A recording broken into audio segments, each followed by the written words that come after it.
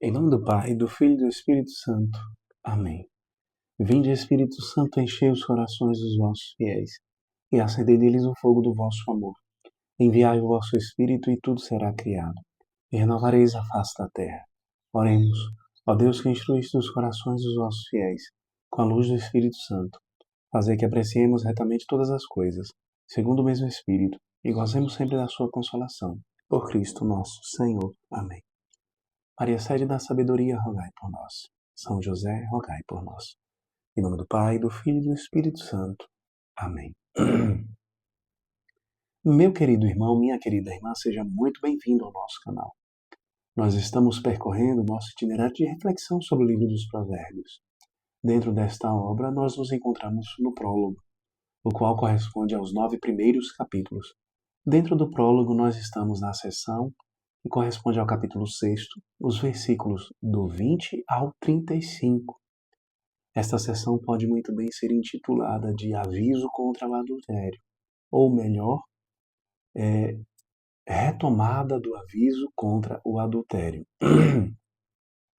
Hoje nós vamos meditar o penúltimo versículo desta seção, que é Provérbios capítulo 6º, versículo 34, que diz assim para nós: Pois o ciúme é o furor do homem, e não poupará no dia da vingança. Aqui, meus irmãos, a Escritura revela o peso humano da traição. O ciúme não é apenas emoção, mas fogo devastador.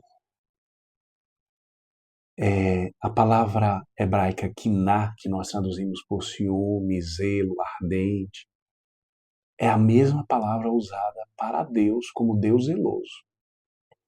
Em Êxodo, por exemplo, no capítulo 20, o versículo 5º, Deus fala de si mesmo como Deus ciumento, Deus zeloso. Mas no contexto humano, esse zelo assume o rosto da ira do traído, que não conhece compaixão no dia da vingança.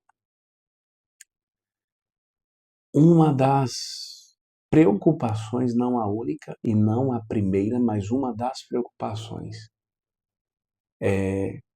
das quais o autor do livro dos Provérbios fala a respeito de evitar o adultério e não cair no pecado do adultério, é exatamente o zelo, o ciúme, a ira, o ódio de um marido traído, de uma esposa traída.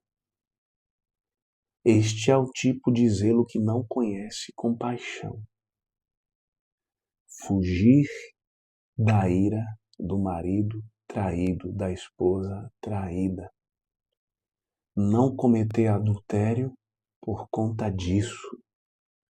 Porque a pessoa que comete adultério, ela está se condenando a não ter um bom fim de vida. Na verdade, ele está se condenando a ter um fim terrível. Como eu dizia, é óbvio, não se trata unicamente disso. Dentro dessa mesma sessão, por exemplo, fala-se do fato de que o adúltero está condenando a sua alma, o adúltero está corroendo o seu coração, está afastando-se da fidelidade a Deus.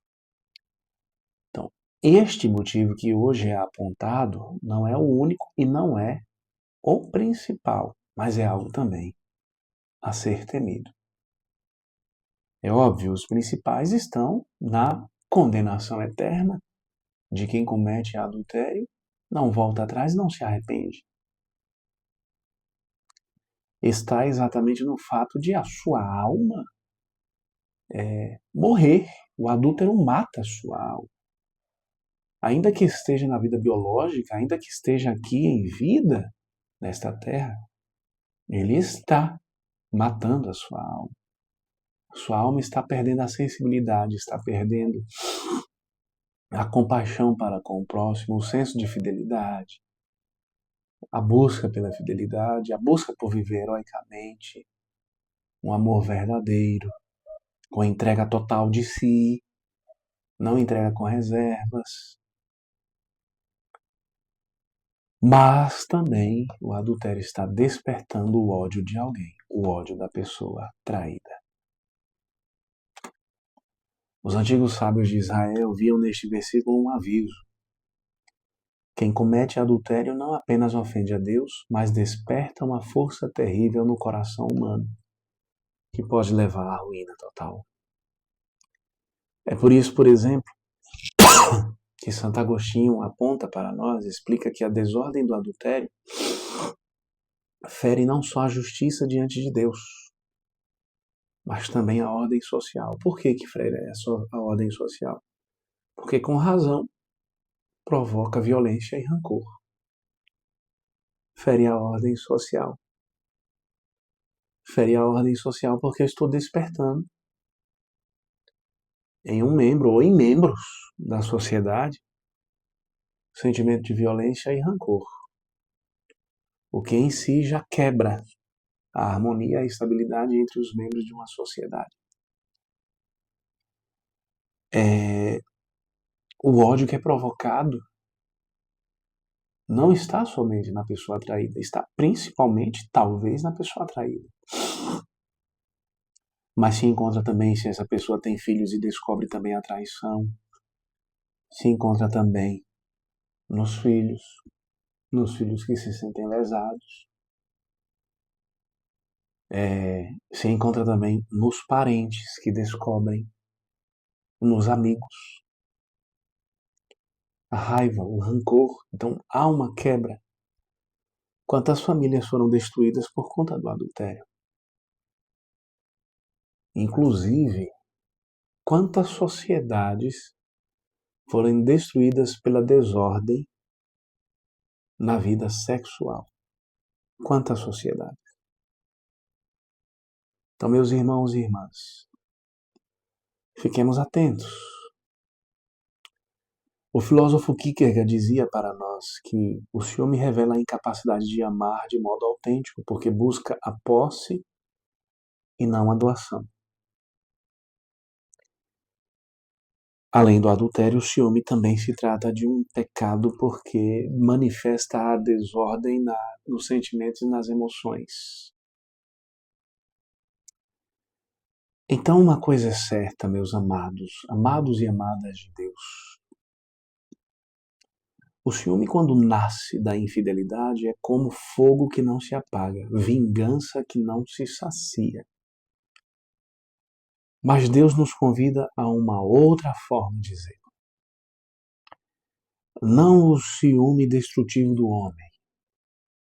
E aqui é um apelo que eu faço, inclusive, a você que talvez tenha sido lesado, tenha sofrido a traição da parte de alguém. Busque ser forte, busque ser um homem de Deus, uma mulher de Deus. Não dê vazão ao seu ódio, não dê vazão às suas emoções. Não queira alimentar em si este ciúme, este zelo. Não queira vingar-se. Apesar de não estar aqui inocentando. A palavra de Deus não está inocentando a pessoa que comete adultério. Aliás, a palavra de Deus está advertindo a pessoa que comete o adultério do risco que corre, justamente por conta desse pecado. Não dê vazão a esse sentimento, mas pede ao Senhor a cura. Suplica ao Senhor que possa superar, vencer esta dor, este sentimento, e perdoando. Sim, não é fácil perdoar, mas perdoe a pessoa que se deixou levar pelos seus impulsos, pelas suas paixões, pelas suas emoções e traiu. Assim como Cristo Jesus traiu aqueles que o traíram. Aliás, como Cristo Jesus perdoou, aqueles que o traíram. Aqueles que o julgaram, o condenaram e o crucificaram. É fácil? Não. Não se trata de algo fácil. Mas o fato é que Deus nos convida a ter uma outra forma de dizer. Não esse ciúme destrutivo. que vai fazer, inclusive, com que, se você der vazão a ele, destrua a sua própria vida. Porque sabe lá Deus o que você será capaz de fazer diante das pessoas que traíram você, as pessoas que executaram o pecado do adultério, que realizaram o pecado do adultério. Se você alimentar esse sentimento ruim, mas o zelo que Deus está chamando a ter, o ciúme que Deus está chamando você a alimentar em você mesmo, é o zelo santo que guarda a fidelidade da aliança. Se o ciúme do homem é ira, o ciúme de Deus é amor que não desiste. Foge da infidelidade para não despertar a chama da vingança. Permanece fiel para experimentar o zelo ardente do amor divino. É esta a mensagem que eu deixo e é esta a mensagem que a palavra de Deus quer nos transmitir. Agarrar-se à fidelidade de Deus, viver a fidelidade. Viver a fidelidade para viver feliz. Viver a fidelidade para contar e cantar as maravilhas de Deus. Viver a fidelidade para não despertar no outro a dor e o sentimento de vingança. Viver a fidelidade para que possa crescer com a pessoa com quem Deus constituiu uma só carne, com você. E deste modo vocês possam chegar à glória eterna, bendizendo a Deus por todas as obras maravilhosas que Ele realiza na vida de vocês enquanto casal, na vida do núcleo familiar que Deus deu a graça de vocês constituírem. Louvado seja nosso Senhor Jesus Cristo, para sempre seja louvado. Fique na paz do Senhor.